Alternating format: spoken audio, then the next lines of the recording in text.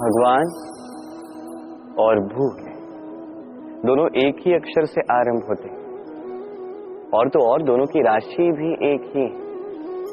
अब आप कहेंगे भगवान भूल, इसमें क्या समानता हो सकती?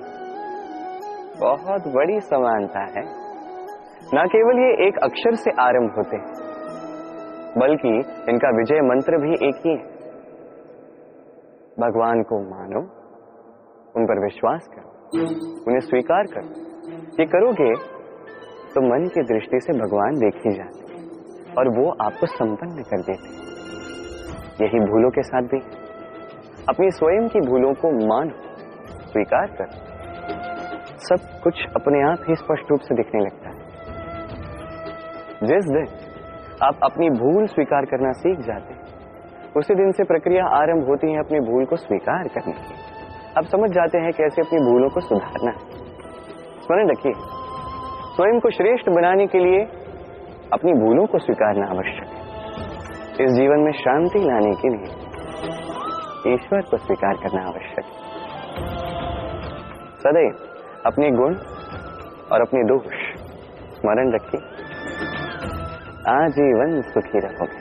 हम सदैव चाहते हैं कि ये संसार हमें ज्ञानी कहे, बुद्धिमान कहे, समझदार कहे, किंतु मूर्ख कभी न कहे। मूर्ख इस शब्द से सभी कतराते हैं, दूर भागते हैं, किंतु एक सत्य से सभी अनजान हैं।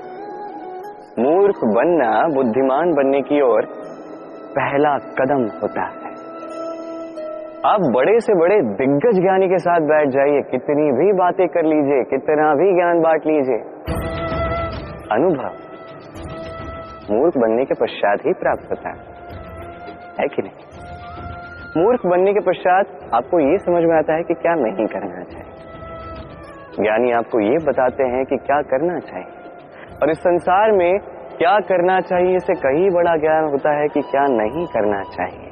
इसलिए सदैव स्मरण रखिएगा, आपसे हुई कुछ भूलें, आपको कोई मूर्ख बना जाता है, आपके साथ छल कपट करता है, तो कोई बात नहीं, ये अंत में आपको और बुद्धिमान ही बनाएगा।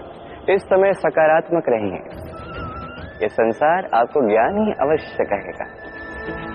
राधे राधे।